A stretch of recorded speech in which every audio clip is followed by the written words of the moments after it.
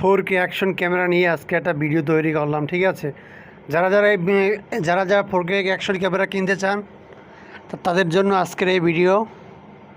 আপনারা দেখতে পাচ্ছেন এই ভিডিওতে আমি একটা 4K অ্যাকশন ক্যামেরা হাতে নিছি, কিন্তু এই ক্যামেরাটা এখন ঘুরে ফিরিয়ে দেখাবো যে ক্যামেরার সাইডে কী বাটন আছে, উপরে কী বাটন আছে। ঠিক আছে, তারপর সামনে কী বাটন আছে, ক্যামেরাটা পানির ভিতরে কতক্ষণ থাকবে। ঠিক আছে, এই ক্যামেরাটা যত সুন্দর দেখা যায় কিন্তু তার কাজ মোটেই সুন্দর না। আপনি কেনার আগে 100 বার চিন্তা করবেন।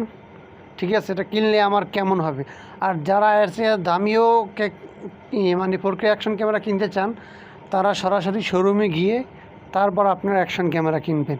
ঠিক আছে, আমার এই ভিডিও করার একটাই মূল উদ্দেশ্য, কেউ জানি আমার মতো ঠইকা না জানি যায়। কারণ আমি কিন্তু এই ক্যামেরাটা কিনছি, কেনার পরে কিন্তু আমি ভাই এমন ঠকছি ভাই, কঠিন ঠকছি। ঠিক আছে, আপনাদের দেখতে পাচ্ছেন একটা ব্যাটারি।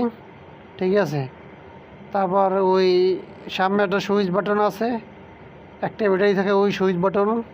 ঠিক আছে, তারপর আপনার উপরে থাকে একটা সুইচ বাটন।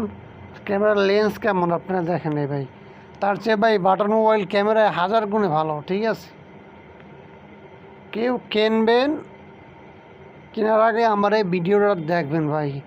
আমি নিজে অনলাইনে এটা কিনছিলাম, কেনার পর তারপর ভিডিও করতে গেছি, তখন দেখি ভাই এর চেয়ে বাটন মোবাইলে ভিডিও অনেক ভালো। আপনি দেখছেন একটা ওয়াটার কেস দিয়েছে। ঠিক আছে, ভিডিওটা ভালো মতো দেখবেন, ভালো লাগলে ভাই শেয়ার করবেন।